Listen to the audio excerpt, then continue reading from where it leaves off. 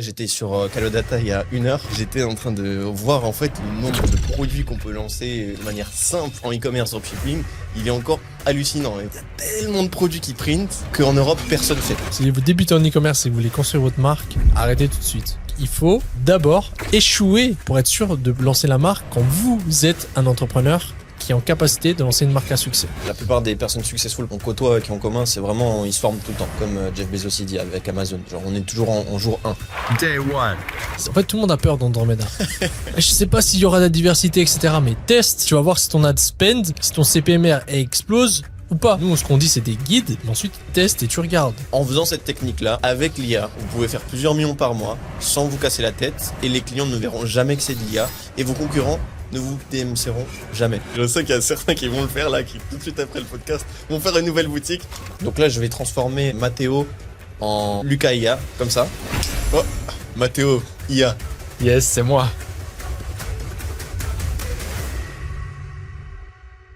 Nouveau podcast Master. Aujourd'hui, nouvel épisode depuis le Portugal. On a fait Mastermind il y a quelques jours à Madère. Et là, on se retrouve à Porto pour un nouveau podcast. Bienvenue Nico. C'est ça. Bienvenue à toi, Matteo. Donc il y a un truc très important, c'est qu'en fait on s'est dit avec Nico, même si on est en vacances, etc., si on arrive à se capter pour faire un podcast, on trouvera toujours le temps pour balancer de la value partout dans le monde. On a tourné déjà des podcasts dans un peu tous les lieux où c'est qu'on est allé. J'espère que vous le verrez, parce que des fois on ne sait pas s'il y a un couac ou pas. Espérons pas. Si vous voyez ce podcast, c'est qu'il n'y a eu aucun couac.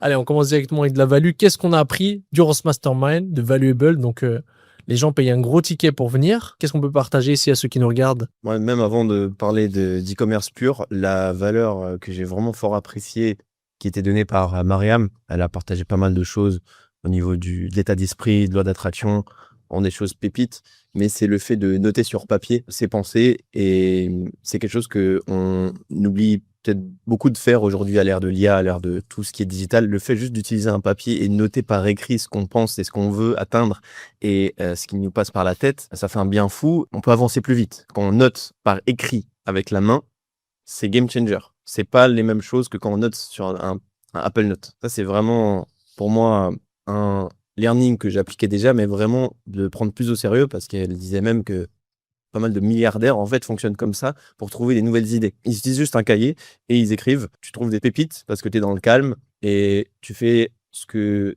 personne ne fait aujourd'hui. Tu es dans le calme et t'écris. Personne ne fait ça aujourd'hui. Donc, pour moi, ça, c'était...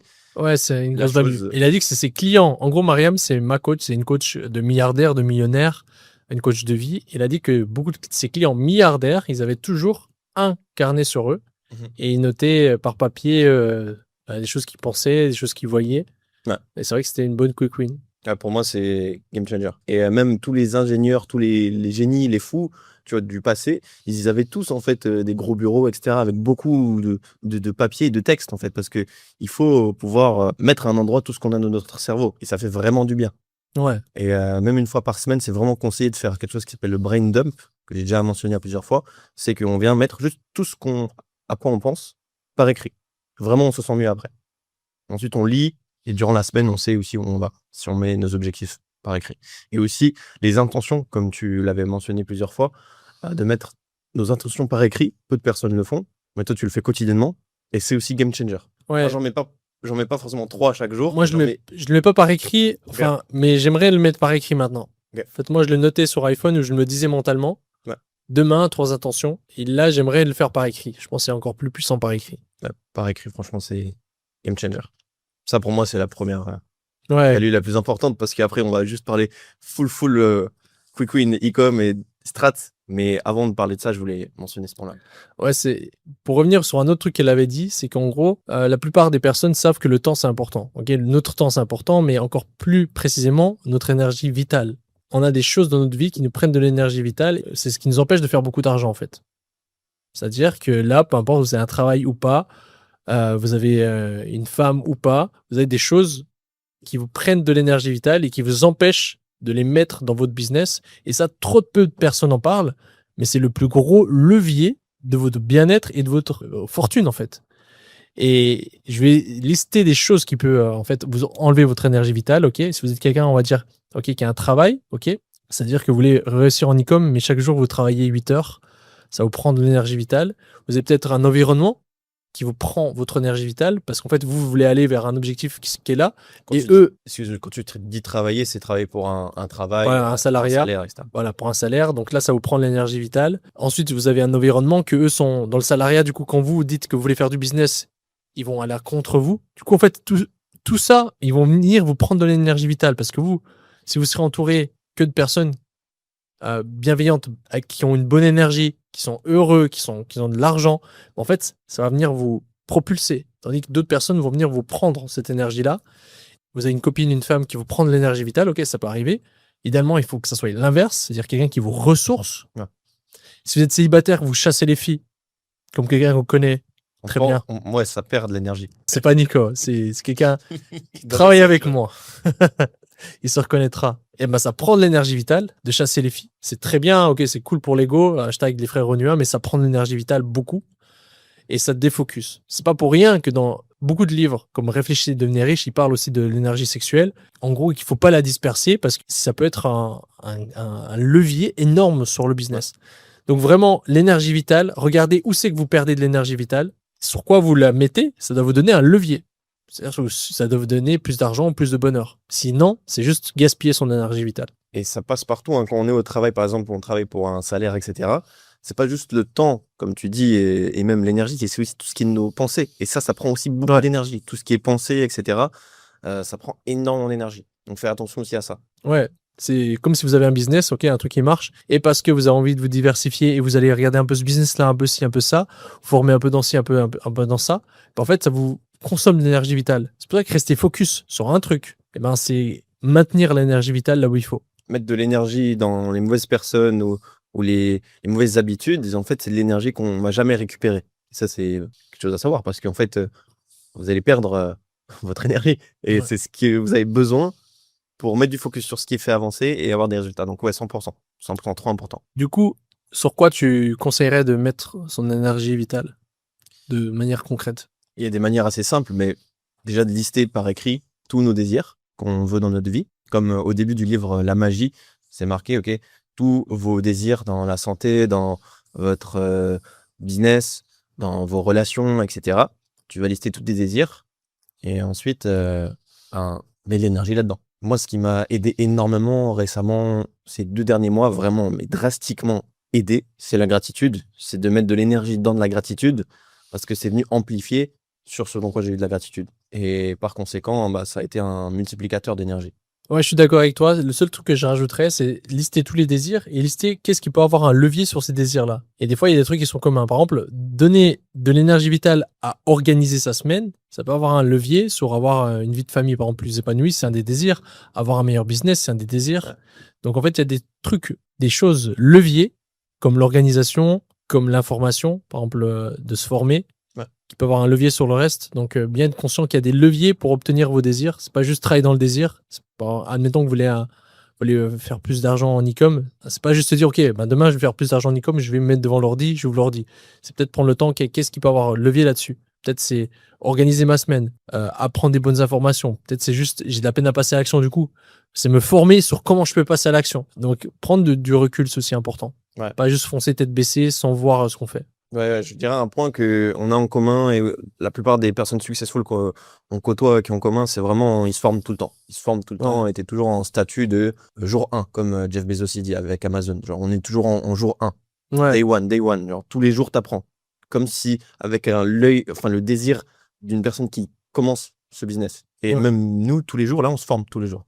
Ouais. Et mettre de l'énergie là-dedans, ça a un levier énorme. Vraiment, parce qu'on est toujours au courant. L'e-commerce, c'est quand même un business qui bouge assez vite, même avec l'IA, etc. Se former continuellement, c'est game changer. C'est indispensable même. Un autre truc que j'ai appris durant ce mastermind, petite value assez rapide, avec Claude Code maintenant, c'est capable de faire du video editing de manière assez propre. Donc, vous pouvez simplement demander à Claude Code de se connecter directement à... Même Claude normal. Hein, ouais, mais Claude normal, ouais. Claude, les deux, de se connecter à CapCut. Ouais. Et il peut vous faire des éditions vraiment très avancées. Il peut lui montrer des chaînes YouTube, comme par exemple... c'est Hippolyte qui partageait ça, du mastermind, petit clin d'œil à lui, comme par exemple des chaînes de Mr Beast ou des chaînes YouTube où c'est qu'il y a vraiment du montage très dynamique et lui dire ok, maintenant fais-moi un montage de ce style-là. ou de prendre des ads winners et de se dire, OK, maintenant, fais-moi un montage de ce style-là. Et en fait, il va pas vous faire une ads directement prête, mais il va vous mâcher le travail. Et ça, c'est juste énorme. Ouais. Surtout si vous avez déjà des vidéos éditeurs, eh ben, vous allez pouvoir, en fait, créer du gros volume. Bah, j'ai l'impression que ça, c'est vraiment amplifié depuis que Fable 5 est sorti. Ouais. Et qu'il peut vraiment analyser le contenu vidéo qu'il reçoit. Et du coup, il fait des montages classiques qu'avant, il fallait payer des vidéos éditeurs et qui perdaient du temps là-dessus. Donc, vraiment banger. Ouais. Ouais, 100%. Pour rebondir sur les vidéos ads, là, il y a deux formats qu'on avait vu avec Lucas récemment qui cartonnent. Il y a le style crochet en vidéo ads IA. On le montrera Style peut-être. crochet, on le mettra à l'écran. C'est un peu comme si c'est fait à la laine. Ouais, c'est un peu similaire du clay motion, le type, mais c'est vraiment voilà, comme c'est à la laine. Ouais. Enfin, vous allez voir à l'écran. Et il y a aussi un format qui cartonne en ce moment en organique.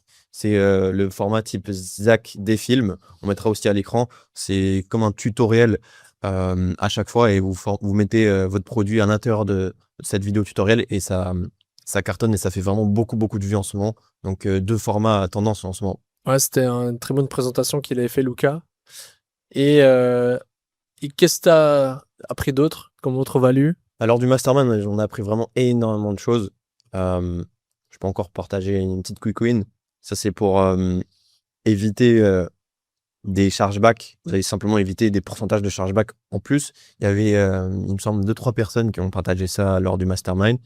Et c'est en fait, si vous avez un produit qui vient de Chine, qui peut prendre plus d'une semaine à arriver, bah, vous allez avoir forcément des personnes qui se plaignent des délais de livraison et voudront un remboursement total de la commande. Ce que en fait, vous pouvez faire, si vous avez le shipping qui est payant, vous pouvez simplement en fait demander au client, dire au client, OK, vous trouvez que la livraison est lente, eh ben, on va simplement vous rembourser la livraison. Du coup, vous remboursez la livraison et du coup, le client serait content et il n'y aura pas de chargeback. Donc ça peut diminuer vos chargebacks, faire énormément d'économies. Parce que dans la tête du client, il se dit, j'ai eu la livraison gratuite, je peux encore attendre une semaine ou deux et patienter. Ça, c'est un petit tip qui marche bien, surtout pour tous les dropshippers. Ouais, c'est un bon angle de. Ouais, c'est un angle marketing pour le SAV. Ouais, c'est un très bon angle. Ouais. Moi, un bon tips qu'on m'a donné, que je connaissais pas, c'est qu'en gros, pour réduire aussi les chargebacks, c'est qu'en fait, avec PayPal, tu as un module qui permet d'activer la carte bleue, donc la carte de crédit. Sur Molly, Shopify Payments, je sais pas si c'est possible, mais personne n'utilisait Molly. Tu peux, en fait, activer, montrer seulement Google Pay ou ShopPay et Apple Pay. Et cette personne-là, en gros, il avait masqué le bouton carte bleue de Molly. Donc ça, c'est un peu plus technique. Je crois pas que tu peux le faire sur Shopify. Rien que déjà d'activer en fait carte bleue avec PayPal, ça permet en fait de pas avoir de litige parce que carte bleue, tu peux pas faire de litige sur PayPal.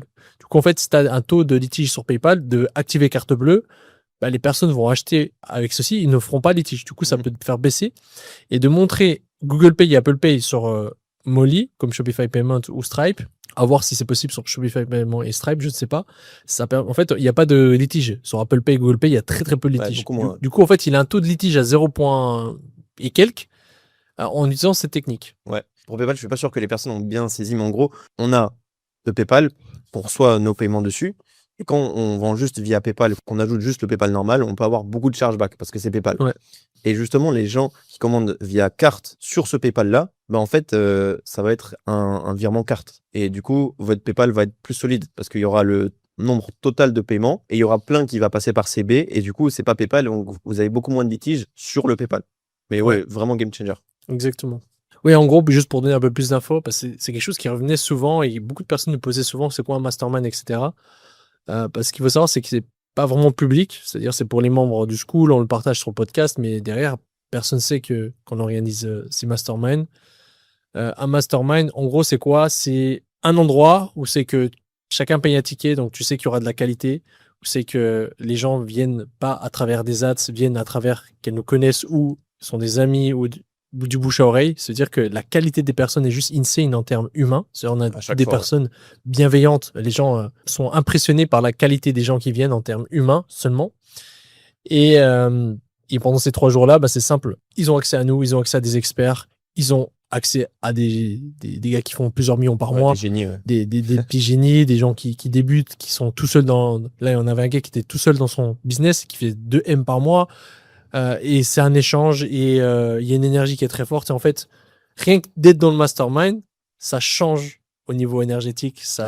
On a quelqu'un, on saluera Théo, que pendant le mastermind, bah ça scale. Juste parce qu'ils se sentaient bien, juste parce que l'énergie était là, juste peut-être parce qu'on brise des plateformes de verre. Donc c'est pas juste l'aspect technique. L'aspect technique, c'est pourquoi les personnes viennent techniquement, mais vraiment ce qui marche derrière, c'est l'énergie.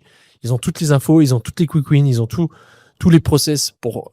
Là, on a vu les créas, on a vu l'IA, on a vu les opérations, on a vu comment construire une marque avec Hugo de Flytex, comment être un bon entrepreneur, avoir la vision. Ensuite, on a vu les techniques sur comment, en gros, se hacker nous-mêmes pour être beaucoup plus heureux et pour gagner beaucoup plus d'argent. Ouais. On a vu des trucs tellement importants que ça, c'est le knowledge. Et ensuite, on a les gens autour de nous, on partage, on échange pendant 3-4 jours. Là, c'était 4 jours tous ensemble. C'est juste insane. Ouais, vraiment, en fait, pendant les masterminds aussi, tu vois les pépites humaines qui ne se montrent pas sur les réseaux et qui chiffrent dans l'ombre. Et ça, j'aime beaucoup à chaque fois. Ouais. Et vraiment, les connexions humaines qu'on fait, à chaque fois, c'est des personnes bienveillantes, tu ressors boosté. Franchement, ça n'a pas de prix. Et on en fait 2 par année, voire 3. Je crois que cette année, on va faire une 3e édition. C'est que vous voyez ce podcast, ça sera certainement en octobre. On va mettre un lien dans la description, ceux qui veulent déjà sécuriser leur place. Bah, ça part très vite. Petit quick win encore que on a parlé lors du mastermind, c'est sur les top créatives. Vraiment, prenez toutes vos top créatives et simplement de faire un face swap. Tu le fais aussi? Non, mais c'est Genre un face swap qui change tout le persona.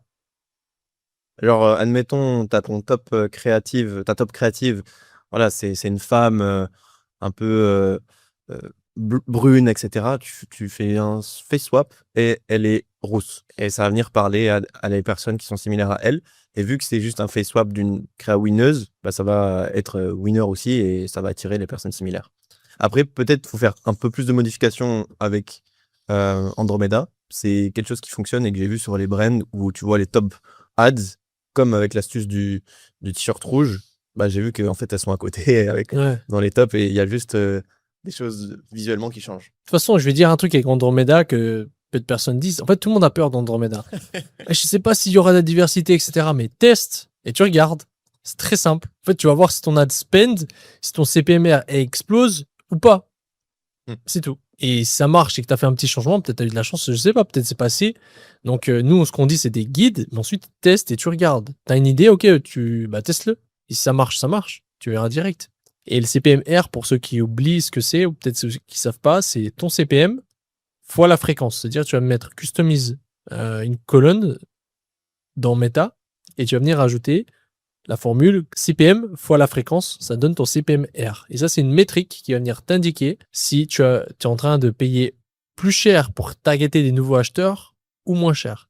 Si ça augmente au fil des semaines, ça veut dire que tu auras des résultats futurs qui seront durs. Tu auras tes ROS qui vont baisser. Si ça descend, ça veut dire que tu auras des bons ROS futurs, probables. Simplement, ça veut juste indiquer que là, tu crées de la diversité, que là, tu fais des bonnes ads et que tu es en train d'acquérir de nouveaux acheteurs. Tu n'es pas en train de rester dans la même audience que tu satures. C'est 100%. tout. Et si tu fais des itérations, et tu itères beaucoup, eh ben, tu regardes si ton CPMR des itérations augmente et haut ou pas. S'il augmente, ça veut dire que Meta, il voit que c'est pareil et du coup, il reste dans la même audience. J'aimerais rebondir aussi sur un point. On a parlé aussi lors du mastermind avec l'intervention de Hugo, qui était vraiment, vraiment top. Donc Hugo qui a créé Flytex. On a eu récemment aussi dans les commentaires de notre vidéo YouTube, ok les gars, parlez un peu de produits. On avait déjà fait un podcast où on avait la moitié du podcast, on parlait de produits, mais on peut appuyer ce point-là encore une fois aujourd'hui parce que je discutais je regardais le contenu de quelqu'un en Chine qui fait 400 millions l'année, Angus. D'ailleurs que je vais manger ce soir. non, mais quand je vais aller en Chine, je vais sûrement aller le meet. Il est à Shenzhen. Lui, il a jusqu'à aujourd'hui toujours fait un peu du dropshipping, mass testing. Là, de plus en plus, il le dit dans ses récentes interviews, il veut vraiment se diriger vers que chaque produit en fait soit vraiment qualitatif, vraiment. Parce que pour lui, le futur, c'est un produit qui se rachète ou un produit vraiment qualitatif où tu peux mettre un haut prix, mais le principal, c'est que ça se rachète pour lui. Focus sur le produit, c'est vraiment, vraiment un point super important.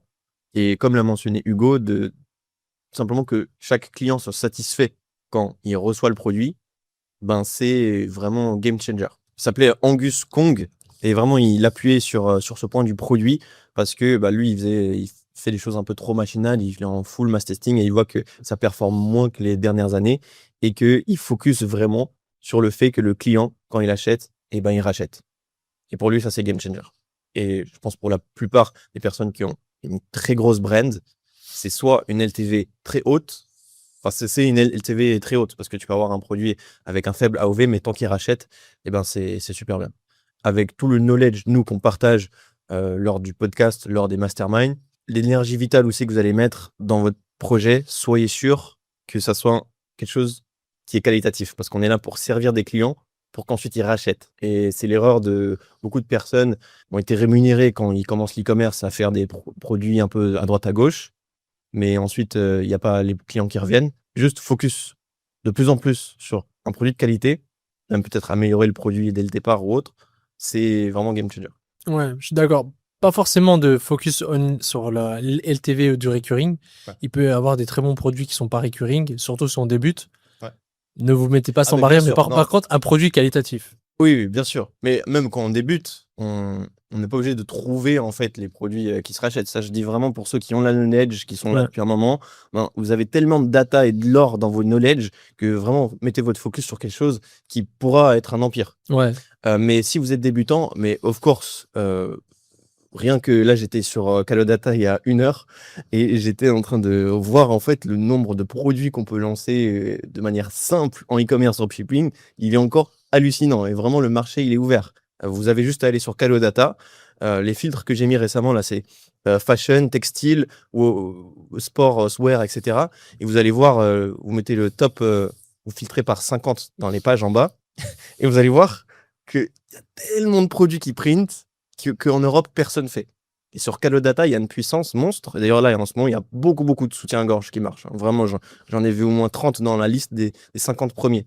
Et en fait, quand vous pressez sur un produit sur Calodata, vous avez la possibilité d'aller dans vidéo. Et dans vidéo, vous allez voir chaque vidéo de tous les créateurs qui font une vidéo pour ce produit-là, combien elle rapporte. Et là, vous avez vraiment de l'or parce qu'il y a des centaines et des centaines et des centaines de vidéos que vous pouvez reprendre, modifier un peu avec l'IA et de lancer en Europe.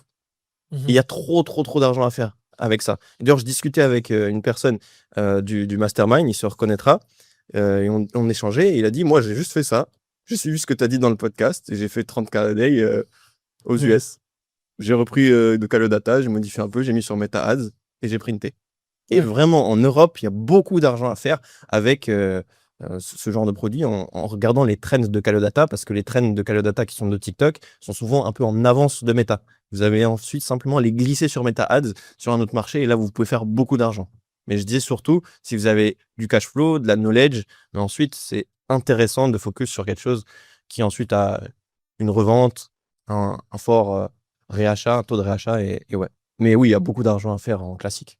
Ouais, 100%. Là, tu as donné juste une guideline, une petite pépite il faut juste appliquer. C'est simple. Ouais. Maintenant, les gens, ils ont un peu peur en Europe de la taxe, 3 €. C'est une nouvelle taxe européenne. Ouais, bien sûr.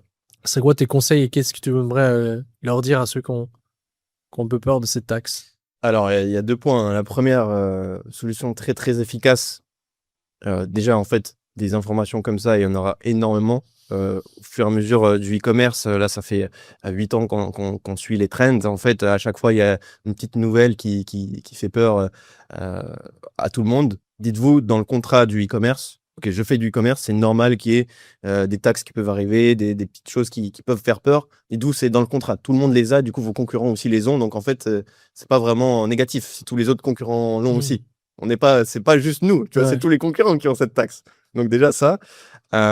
Et principalement, si vous avez la possibilité de faire du stock, ben, il n'y a pas de taxe. Donc, si vous faites du bon volume, un volume décent, on mettra peut-être un lien. C'est qu'on peut vous donner un partenaire avec qui on travaille. On a différents Un bon partenaires. 3PL en Europe qui peut être très avantageux et le meilleur pour ce genre de cas. Ouais. Et vraiment, la taxe, en fait, elle est assez vicieuse dans le sens où, par exemple, on vend une chemise, eh ben, on est taxé 3 €. On vend 2 chemises, on est taxé 3 €, pas 6. Mais on vend une chemise dans la même commande, une chemise plus des chaussettes, on est taxé 6 €. En fait, on est taxé 3 € par catégorie de produits. Ok. Donc ça, c'est à noter. Et sinon, une autre quick win sur cette taxe, c'est Tristan qui nous avait partagé. Il a négocié avec ses partenaires de diviser la taxe. Donc, ce qu'il faisait, c'était que le fournisseur, lui, l'agent, il payait 1 € de sa poche à lui. L'usine comme tu l'as dit, mais en fait, eux aussi, ils prenaient 1 euro et l'e-commerçant, lui, payait 1 euro. Donc, en fait, Ouais. la taxe était divisée. Donc, Ouais. c'est un peu plus smooth. En gros, c'est ça, parce que ce qu'il faut savoir, c'est que le prix du produit, vous payez un surplus parce qu'il y a des intermédiaires. Et en gros, chaque intermédiaire se prend une marge.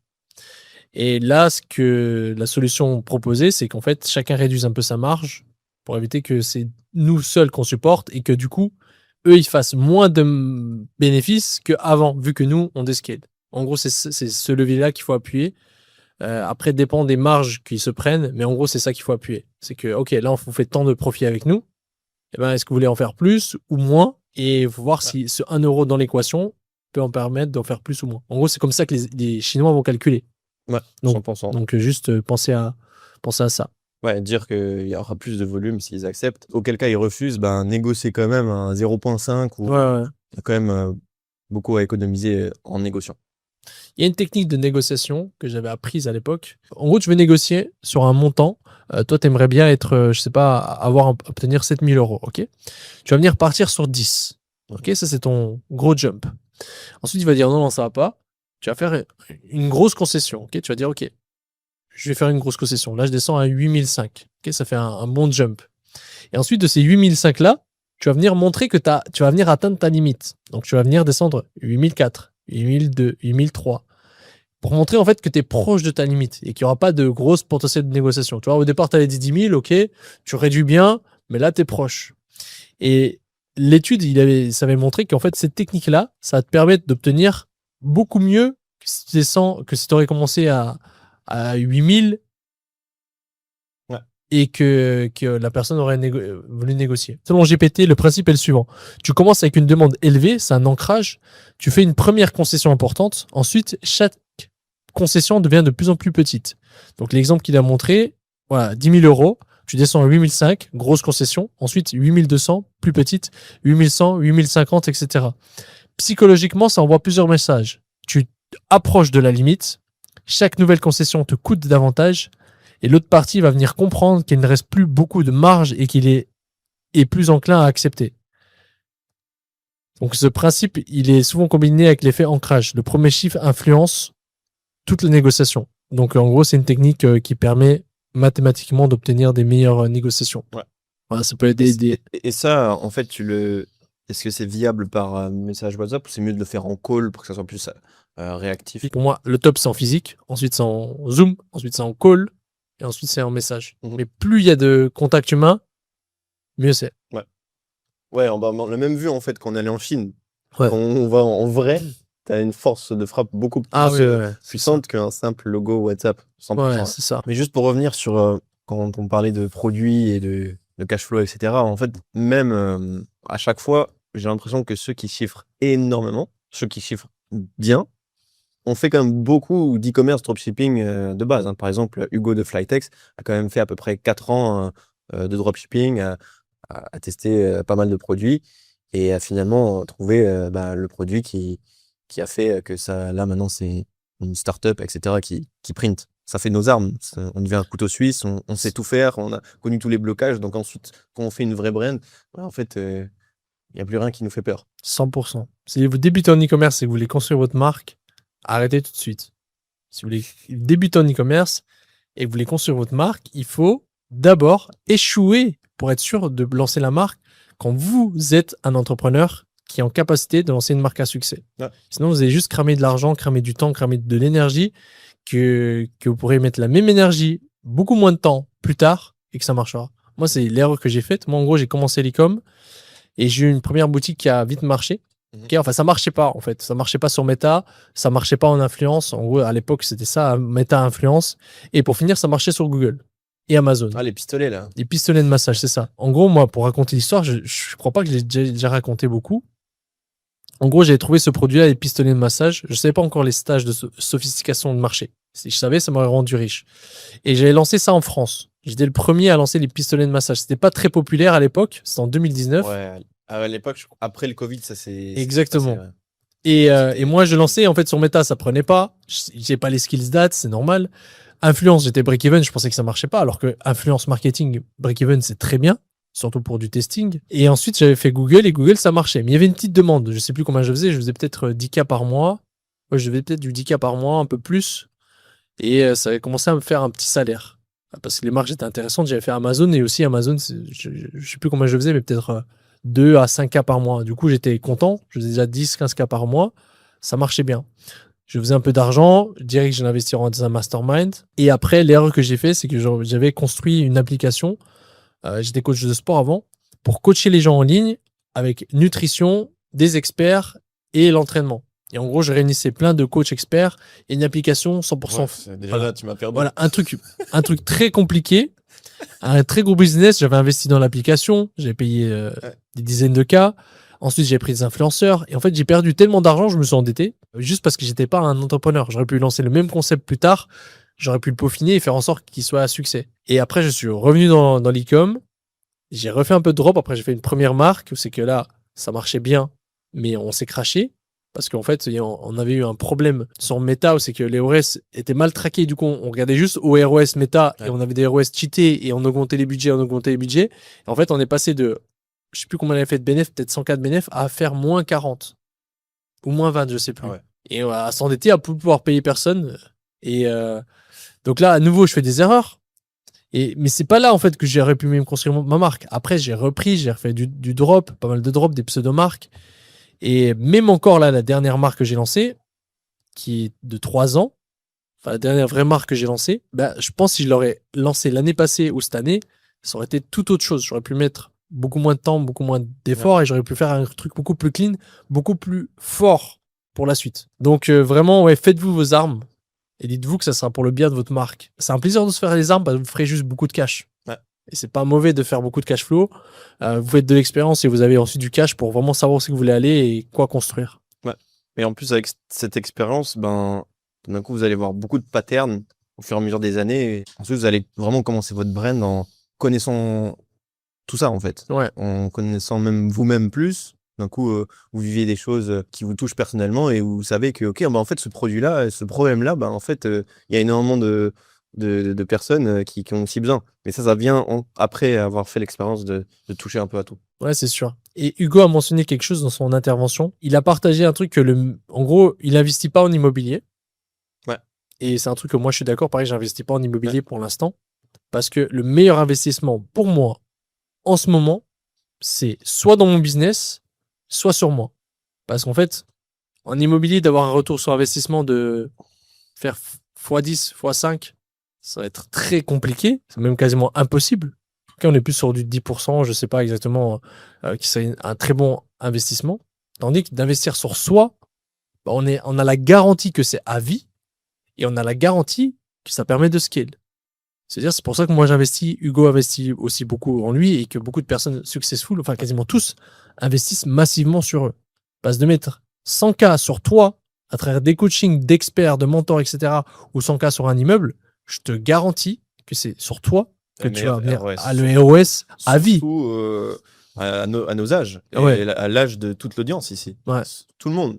Vraiment. C'est même Hormozy le dit, hein, il investit il a investi énormément dans les coachings et formation, toujours être à jour. Parce que vous avez une petite information qu'un coach vous donne, une petite information que vous trouvez dans une communauté qui peut faire x2 sur votre chiffre d'affaires, ça vaut de l'or. C'est ça. Et pareil, ensuite, c'est le montant que vous voulez investir dans n'importe quoi. Si vous l'investissez dans votre business que vous connaissez dans l'e-com, ben, le retour sur investissement sera beaucoup plus élevé. Beaucoup plus élevé parce que c'est un sujet où c'est que vous maîtrisez, où c'est que les chances d'échec sont beaucoup moins grandes vu que vous connaissez le truc. Ouais. Donc investissez sur vous et ensuite investissez sur votre propre business. Ça aura beaucoup plus de levier que tout le reste. 100%. Et si vous êtes débutant, ben, c'est même pas la peine d'y penser. D'investir ailleurs. Débutant, c'est juste investir. On peut y penser, mais après, les exits, etc. Ou ça peut être si c'est un business, si vous voulez, c'est juste par plaisir. C'est-à-dire que vous voulez juste investir par l'immobilier parce que c'est juste un plaisir et que ça va pas vous prendre beaucoup d'énergie vitale. Et justement, il a mentionné aussi qu'il le fait pas parce que après, tu as le radiateur de ton immeuble qui se casse, même si c'est l'assistante qui s'en occupe, tu as quand même l'énergie mentale à penser à ça. Et c'est pas du tout rentable. Voilà. Ça peut, moi, le conseil, c'est si vous avez l'argent, ça vous fait plaisir d'acheter, je sais pas, un moulin, d'acheter une boîte de nuit, peu importe, et que ça vous prend peu d'énergie vitale, vous pouvez le faire, mais ça vous prend de l'énergie vitale et que c'est pas votre business, ben, c'est juste en fait gaspiller un levier que vous pourrez avoir sur votre business. Petite value aussi, j'ai vu là, il y a eu un mastermind aux US, à New York, c'était il y a quelques jours avec Hudson. Donc il a Confort, là cette année il va reach les 1 milliard. Il a donné une petite quick win sur les créateurs et ça rejoint ce qu'on discutait avec Martin. Donc Martin qui est venu sur notre podcast, il tourne bien aussi aux US. Une de ses réussites, pourquoi il chiffre bien, c'est vraiment les créateurs, le gifting, le product seeding, donc le fait d'envoyer notre produit à plein de créateurs, ce qui va permettre de faire un flywheel de créatives pour les ads et un flywheel de créateurs avec lesquels on peut faire du co-publicité, ce qui réduit drastiquement les CPM et augmente les résultats. Une erreur que beaucoup de personnes font, c'est de simplement contacter et envoyer le produit à des personnes qui ont déjà beaucoup d'abonnés et qui bossent avec des brands, parce qu'on pourrait croire qu'en fait ils sont pros, et aussi s'ils bossent avec ces brands-là, qui vont rapporter beaucoup. En fait, c'est une grave erreur parce qu'en fait, quand on est une brand de type moyenne, ces personnes-là vont faire soit du contenu en n'y mettant pas leur cœur et en n'étant pas focus sur ça ou simplement refuser. En fait, l'astuce, c'est vraiment de contacter un maximum de créateurs qui sont de la vie de tous les jours. Par exemple, un coach sportif qui n'a pas encore beaucoup de brands avec lesquels il travaille ou quelqu'un qui bosse autre que quelqu'un de connu, en fait. Ou par exemple, un plombier ou autre, genre une personne qui fait un peu de contenu, mais qui est vraiment pas connue. Ça, c'est les personnes qui sont pépites parce qu'en fait, une fois que vous allez envoyer le produit, déjà, le fait qu'il reçoit le produit gratuitement, pour eux, ça va être banger. Mais surtout, il va se donner à 100% parce que si les créatives fonctionnent bien et que ensuite vous lui proposez un retainer, donc un montant fixe que vous donnez chaque mois, par exemple 1 000 € ou 2 000, pour lui déjà, il va presque doubler son salaire et il va y mettre tout son cœur. Il va faire vraiment beaucoup, beaucoup de vidéos. Et ça, c'est une petite pépite aussi que Martin aussi partageait parce qu'en fait, la plupart des personnes utilisent les plateformes comme InSense ou autres où c'est que on contacte tous les mêmes créateurs. On contacte tous ceux qui ont pas mal d'abonnés, on contacte ceux qui sont connus, etc. Mais l'argent dans le gifting n'est pas là-dedans. L'argent dans le gifting, c'est dans les créateurs qui sont pas forcément connus et c'est juste des gens de la vie de tous les jours et qui sont choqués par les chiffres qu'ils peuvent faire, soit avec les retainers ou soit avec l'affiliation. Donc ça, c'est la petite pépite que j'ai appris là récemment et qu'on a appliqué directement. Et comment t'appliques? Comment tu les trouves? Justement, en cherchant des personnes qui sont pas trop connues. Là, personnellement, j'utilise la plateforme Influenceur Hero. Donc, c'est pas une plateforme où il y a les influenceurs et les créateurs qui sont répertoriés et qu'on peut contacter via cette plateforme, comme InSense, même toutes les plateformes où c'est qu'on peut prendre des UGC. C'est vraiment une plateforme où il y a les filtres et on peut sélectionner exactement quel type de personne on veut. Et sur cette plateforme, vraiment, on peut tout faire. C'est-à-dire, on peut les DM via notre compte Insta, juste via cette plateforme. On peut les DM, on peut les contacter via email. Ensuite, l'application nous aide jusqu'à l'envoi du produit et même ensuite l'affiliation. Donc, on peut vraiment tout faire à l'intérieur. Et l'IA, en fait, aussi nous envoie des reminders. Par exemple, OK, le créateur a reçu le produit, mais on a des reminders comme quoi il a reçu. Et du coup, tout est smooth. Donc, moi, j'utilise cette plateforme-là où c'est qu'il y a des filtres préinscrits. Par exemple, j'ai un produit qui est dans la niche du sport. Boum, je vais trouver pas mal de coachs sportifs, ceux qui sont pas encore trop connus. Avec cette plateforme-là, je peux tout filtrer en quelques instants et ensuite starter le process. Ok, nice. Mais ça réduit drastiquement les CPM. On le voit sur Meta, mais il le push. Donc, même sans faire de gifting, on peut faire de la co-publicité avec des profils concrets nous-mêmes. Et pareil, résultat pépite. Du coup, là, on arrive à la fin de ce podcast. Qu'est-ce qu'on aurait encore comme value à partager pour ceux qui nous regardent, très valuable? Petite value que j'aimerais appuyer sur Calodata que j'ai mentionné avant. Il y a une opportunité encore maintenant incroyable où c'est que on va sur Calodata. Tu vas regarder un produit qui print. Idéalement, qu'on aime bien faire avec la team, parce que faut savoir que chaque semaine, nous, on est dans les tranchées à voir les tendances, les nouveaux produits qui sont pépites. Et moi-même, j'en sélectionne un par jour pour la communauté school qu'on a. Ok, Ouais. ça c'est ce que je fais. Et c'est comme ça qu'il semaine- chiffre. La personne qui Exactement. était durant le mastermind, qui a chiffré durant le mastermind, il a simplement pris un product radar. C'est comme ça qu'on l'appelle. Donc voilà, on a des product radars et chaque jour, en fait, je valide le produit qu'on partage à la communauté. Et simplement, vraiment, il y a une opportunité en ce moment, vraiment, on va sur Calodata. La plupart des personnes regardent juste les premières pages. Donc vraiment, on va un peu plus loin dans les pages, on regarde des produits qui font 200, 150 000 par mois, 300 000, pas plusieurs millions. Ces produits-là, vous allez simplement voir ensuite toutes les vidéos qui font de l'argent. Et vraiment, comme je vous ai dit, il y a une opportunité insane de les refaire en Europe assez facilement maintenant qu'en plus avec l'IA, on peut modifier légèrement la tête des personnes qui font les vidéos, mais de manière vraiment en 4K, genre vraiment on voit pas la différence. Et vous allez jamais vous faire DMCA parce que vous modifiez tout. Et même ensuite sur votre LP, vous modifiez un peu avec l'IA. Et encore plus, pour être sûr que votre clientèle ne détectera jamais que vous faites ça, bah vous simplement vous vendez des produits à une clientèle qui est 50+. Et en faisant cette technique-là, avec l'IA, vous pouvez faire plusieurs millions par mois sans vous casser la tête et les clients ne verront jamais que c'est de l'IA et vos concurrents ne vous DMCeront jamais. Du coup, en fait, il y a trop d'argent à faire et vraiment, je sais qu'il y a certains qui ressentent ce que je donne parce que je les donne avec amour ce message-là et je sais qu'il y a certains qui vont le faire là, qui tout de suite après le podcast vont faire une nouvelle boutique, vont aller sur Calodata et vont... Ça coûte combien par mois Calodata? Je crois que c'est quelque chose comme $79, mais nous, on a le plan spécial que le founder nous a donné, on a tous les marchés. Et parce que, en plus de ça, on connaît le founder de Calodata. Nico partageait ses tips avant qu'on connaisse le founder de Calodata. Et ce qui est drôle, c'est qu'on l'a mis durant Mastermind et Nico lui a donné des hacks qui savaient même pas que ça existait sur Calodata. Lui-même, le founder, c'est un super gars. En fait, ils sont une super équipe. Et c'est vraiment cheaté. Calodata, je pense que peut-être en 2027, ça va être... tout le monde le fera. Mais là, en ce moment, c'est cheaté. Cette méthode, c'est cheaté. Et ouais, sinon, petite quick win pour ceux qui ont une brand. Si vous voulez augmenter votre LTV ou autre, ou ajouter un SKU à votre brand, parce que chaque Q4, c'est peut-être intéressant de tester le fait de lancer de nouveaux produits. Tu vois, par exemple, encore une fois, on a eu Martin lors d'un podcast récent.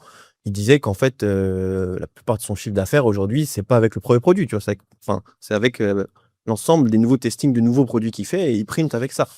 Donc, une technique pour trouver des nouveaux produits à lancer sur votre brand, le feeling et simplement l'instinct, c'est pas souvent la meilleure des choses quand on veut rajouter des produits sur notre brand, le faire au hasard. Ce qui marche vraiment bien, c'est de suivre la data.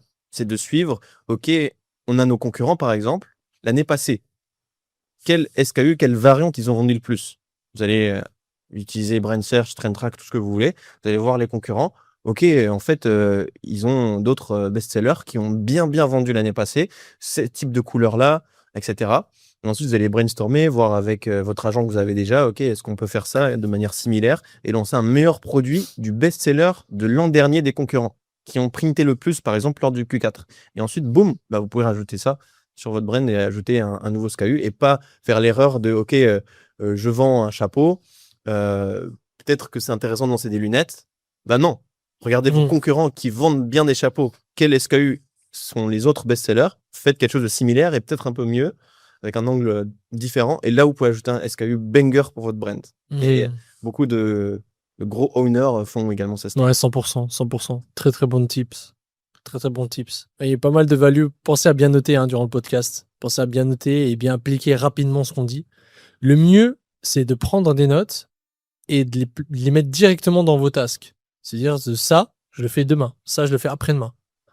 Pour qu'en fait, le plus vite possible, vous appliquiez tout ce qu'on dit. Parce que plus le temps passe, plus en fait, même si la valeur est très forte, plus votre cerveau va se dire, en fait, c'était pas si important que ça. Et c'est comme ça que on vous applique pas. Donc, prenez note de tout ce qu'on dit. Planifiez-le dans vos tasks plus rapidement possible. Cette semaine, pas plus loin. Ouais. Un autre quick win que j'ai appris lors du mastermind avec Sophia, on a beaucoup échangé lors du mastermind. Vraiment exceptionnel dans ce qu'elle fait. C'est en termes de communication avec les équipes. On avait fait des petits tests pour savoir quel type de personne on est. D'ailleurs, c'était vraiment intéressant. Et typiquement, moi, j'ai vu qu'en fait, j'étais pas vraiment assez factuel dans ma communication. Ça veut dire sur WhatsApp, je dis OK, on aura besoin de cette LP-là. OK, j'ai envoyé le loom à la team et ensuite le dev, il va faire. Mais parfois, je faisais juste ça, en fait. Et je donnais pas de date. Et tu vois, sur Asana, sur ClickUp, sur tout ce que l'on veut, on peut mettre des dates aux tâches. En fait, c'est super important d'en mettre. Oui. Et aussi en termes d'importance. Donc, je mettais souvent des dates, mais je ne faisais pas à chaque fois. Et surtout sur WhatsApp, je ne mentionnais pas forcément. OK, ça c'est pour ce moment-là. C'est important que ça soit vraiment fait. à ce moment-là. Et d'ailleurs, maintenant que je te dis ça, à chaque fois à l'époque, on parlait sur WhatsApp avec nos vidéo éditeurs, quand je disais que c'était urgent, toujours ça se faisait plus rapidement et même mieux. Donc, être vraiment factuel, c'est vraiment bien. Et surtout aussi, quand on veut donner des feedbacks au team, par exemple, il y a quelque chose qu'on sait qu'il fait pas super bien, on va pas simplement venir en lui disant ok, ça t'as mal fait, vraiment, je te reproche ça. Non, tu vas donner des points.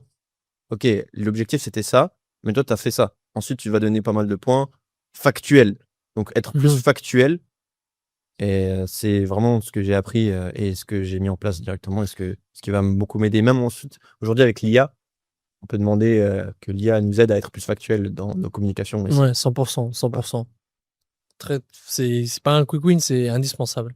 Moi, qu'est-ce que je pourrais donner comme quick win? Donc, un truc très important. En gros, vous avez les statiques et vous avez les vidéos. Et trop de personnes se disent, OK, moi, ça marche pas autant les statiques que les vidéos, ou ça marche bien. Mais ce qu'il faut savoir, c'est que les statiques nourrissent l'écosystème. C'est-à-dire que les statiques sont un moyen de tester rapidement des concepts, des messages, des angles, des personas. Ce que j'aimerais inciter plus les gens à faire, c'est tester beaucoup plus en statique pour avoir de la data. C'est-à-dire que vous prenez un batch de statique, vous allez venir tester plein de messages, plein d'angles différents, et vous allez venir regarder où c'est que ça spend. Rentable ou pas, on s'en fout. Où c'est que ça spend, vous allez dire, OK, je vais refaire des statiques peut-être mieux pour cet angle-là, ou je vais tester ça en vidéo. Et c'est que où c'est que Metaspend, où c'est que où c'est que Metaspend, c'est là où c'est qu'il y a du potentiel. C'est le meilleur indicateur que vos recherches. C'est-à-dire que si vous faites de la recherche, vous faites une vidéo UGC toute faite, c'est mieux de la faire après avoir validé sur des statiques. Donc les statiques, en plus de vous donner des ads winners, peuvent vous donner vraiment des indications sur quoi itérer ensuite. Et ça, c'est juste un rappel. Voilà, c'est pas vraiment un quick win, mais un rappel. Ouais, donc, les statiques, vraiment important. tester des messages chaque semaine, plein de messages, plein d'angles, plein de personas, des nouveaux concepts. Vraiment beaucoup de choses avec les statiques, surtout que maintenant, c'est très simple à faire avec l'IA. Et ensuite, regardez ce que ça spend et itérer dessus, encore en statique ou en vidéo. Ouais, 100%. 100%. Même pour ceux qui font des testings, en fait, on recommande dans notre SOP, c'est vraiment un minimum 15 vidéos ads environ pour le lancement d'un nouveau shop, mais aussi statique. 15 minimum statique, même plus, parce qu'aujourd'hui, on peut en faire en quelques clics. Ouais, c'est trop simple. Et n'oubliez pas de varier aussi les stages d'awareness, parce qu'une statique, beaucoup de personnes font des statiques avec l'offre, le produit, et c'est une ads très product aware ou solution aware encore. Et trop peu de personnes font des statiques problem aware, solution aware. C'est-à-dire c'est qu'on compare par exemple d'autres produits. Vous pouvez faire très bien des statiques, c'est qu'on compare les différents produits. Admettons que vous vendez un verre. Vous comparez différents verres et quel est le meilleur verre. C'est une ads plutôt solution aware que vous pouvez faire en statique. Vous n'êtes pas juste obligé de mettre votre produit avec une headline. Vous pouvez très bien mettre une headline avec le problème. Et là, vous êtes sur une ads problem aware, faire une native. C'est que vous ne montrez même pas votre produit dedans. Ouais. Ok, ça peut être très bien une ads avec une femme japonaise. C'est que c'est intriguant. Et ensuite, tout en texte, une histoire en texte qui introduit comment cette femme japonaise a découvert un produit. Et ensuite, sur la LP, la même chose, ça suit le... Exactement. Et vous pouvez très bien convertir des scripts vidéo en ad copy méta. J'avais un produit winner, on va dire, qui marchait à l'époque, c'était pour l'anti-refoulement. Ça date, hein. Et une ads winneuse, c'était en fait cette femme japonaise fait chaque jour, en gros, sa plongée et a trouvé en plongée, je sais plus quoi, un type de corail qu'ils utilisent pour créer, je sais plus c'était quoi l'histoire, pour créer ces appareils anti-renflement. Et en gros, tu pourrais très bien prendre le même script, tu le mets en ad copy natif, et tu mets en image une femme japonaise en plongée, avec peut-être un rappel anti-renflement, et en fait, tu as une ads qui est en format statique, inspiré d'un format vidéo. Et tu peux faire aussi l'inverse. Si tu fais du native, tu peux très bien prendre ton script native et le faire ensuite en format vidéo. Simplement, tu adaptes pour que le hook ce soit bon, etc.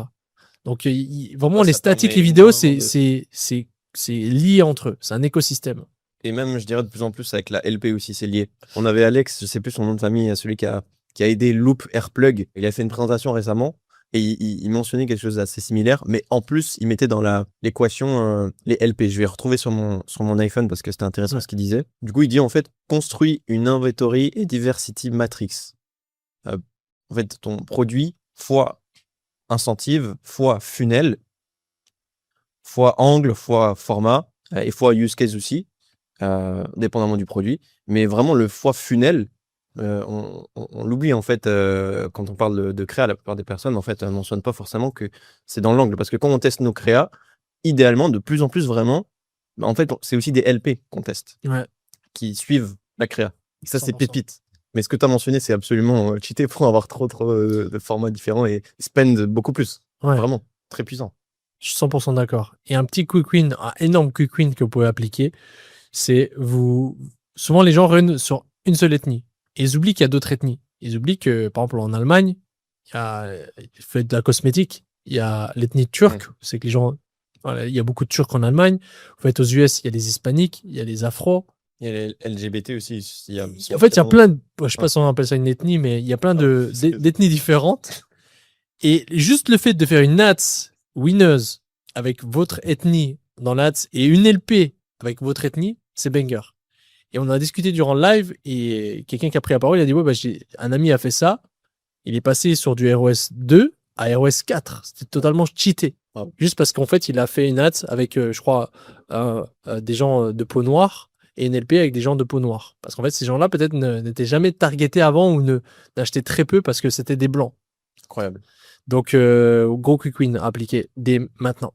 Ouais, fantastique. Fantastique. Un petit quick win aussi sur Canva. Parce que tu as mentionné avant le fait de faire des statiques en un clic. Il faut savoir que maintenant, Canva, bon, ça fait un moment, mais il y a vraiment l'IA, il y a une IA chatbot qui a été active depuis un certain temps. Admettons que vous avez un lot de 30 statiques sur Canva. Ben, vous allez aller sur l'IA à gauche dans Canva, c'est dans les paramètres en bas. Et en fait, on peut demander à Canva, OK, modifie ça sur toutes les créas. Et ensuite, chaque créa, il va modifier à la main. J'avais un PDF que je voulais modifier qui était sur 50 pages. Et il y avait pas mal de choses à modifier.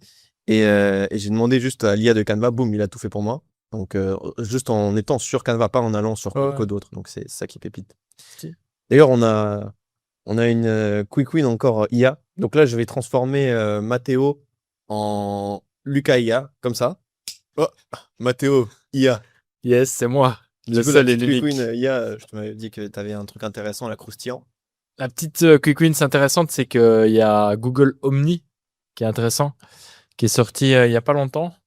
Et il va te permettre de modifier énormément de choses dans ta vidéo. Donc, des éléments de scène, tu vas pouvoir ajouter des éléments, tu vas pouvoir ajouter même des personnages ou quoi que ce soit.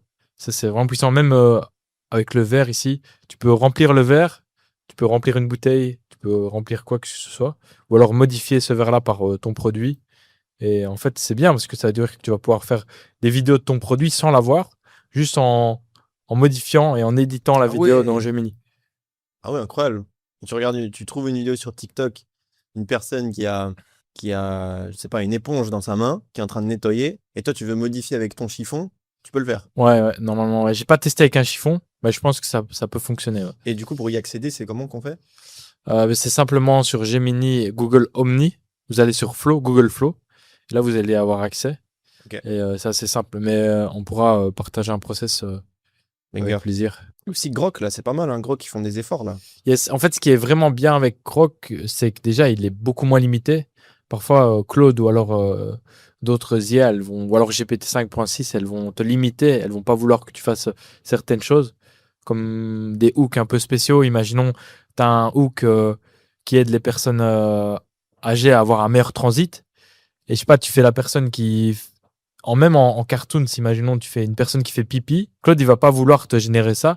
GPT-5 non plus, parce que ça sera un peu à connotance sexuelle. Ou... Ouais, beaucoup de restrictions, même niveau santé, etc. Grok, il est un peu plus... Alors que Grok, il va le faire sans problème, de manière assez rapide. Et donc ça, c'est tous des petits tips comme ça, qui te permettent de faire des meilleurs ads que les concurrents, et d'avoir plus de créativité aussi, et au final, d'avoir de meilleurs stats. Banger. Merci. Avec plaisir. Et maintenant, je vais me retransformer en Mathéo. Ouais. On a retrouvé Mister Ads. Bon, voilà, on clôture comme ça. C'était Master. À bientôt. Ciao. À bientôt.